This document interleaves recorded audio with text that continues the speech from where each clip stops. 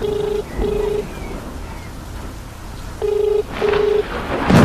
द्वारा डायल किया गया नंबर अभी व्यस्त है। कृपया कुछ समय पश्चात प्रयास करें। The number you have dialed is currently busy.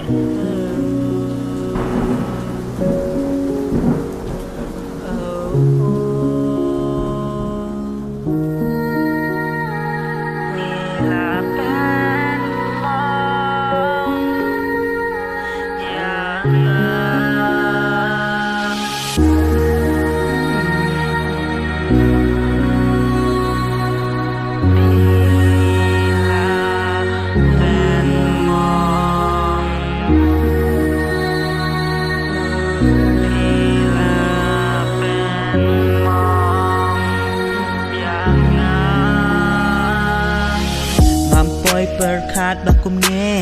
suki pi chai nang nga ka ai ka ba pi don ha ka jing mo jong pi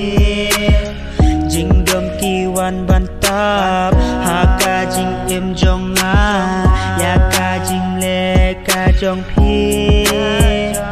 o ngam tip ka ai ka ba pi don ha ka jing yang aku ne sendat hijai ngam tiap di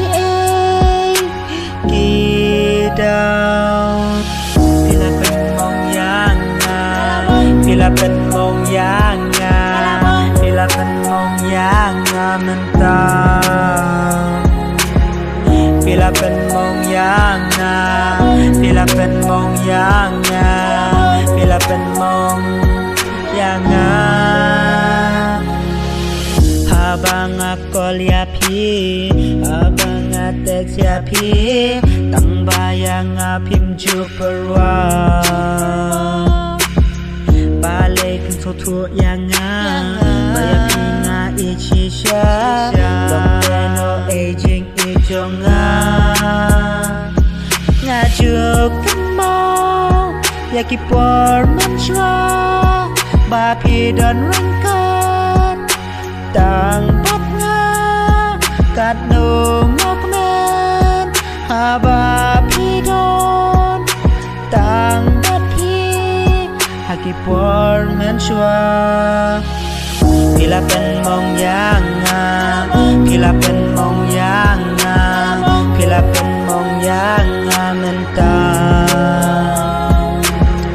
pila pen mong yang